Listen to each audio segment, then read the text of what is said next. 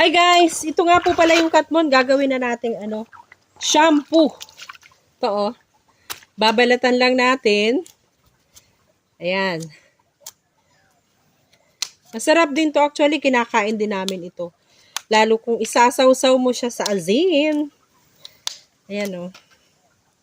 Balatan lang natin yan. Tanggalin natin yung balat. Tapos, ang proseso po nito napakadali lang. Kailangan lang nating tanggalin ang balat.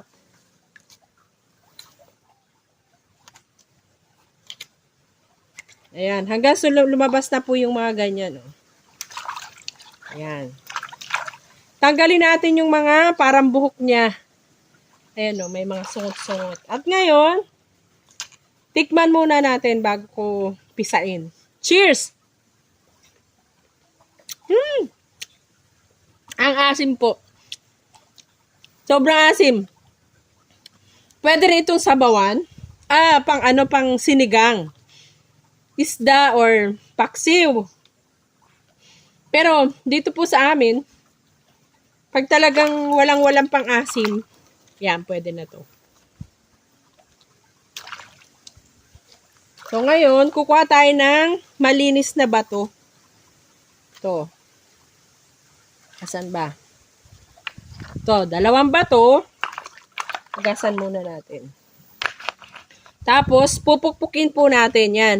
Palalabasin natin yung katas. Yan. Pagkapukpuk mong ganyan, set aside mo. Yung isang ganito po, okay na yan sa buhok ko at maiksi naman. So, yan. Para makita nyo lang kung paano po ang proseso nitong aking gagawing conditioner or shampoo. Ang sarap, ang atchim. Pero ano po ito, talagang kinakain naman yan. Wild, lang siya. Ayan o, ito ang apple dito sa amin Apple. O yan, ngayon, babasahin ko yung buhok ko. Saka ko ito ganito. Ayan. Pag lumalabas na po yung katas niya, ayan. Ayan. Dahil nga siya ay maasim, di syempre maganda sa buhok. Di ba yung kalamansi, nilalagay din natin yun sa ating buhok. Ito, di lalo na at sobrang asim nito.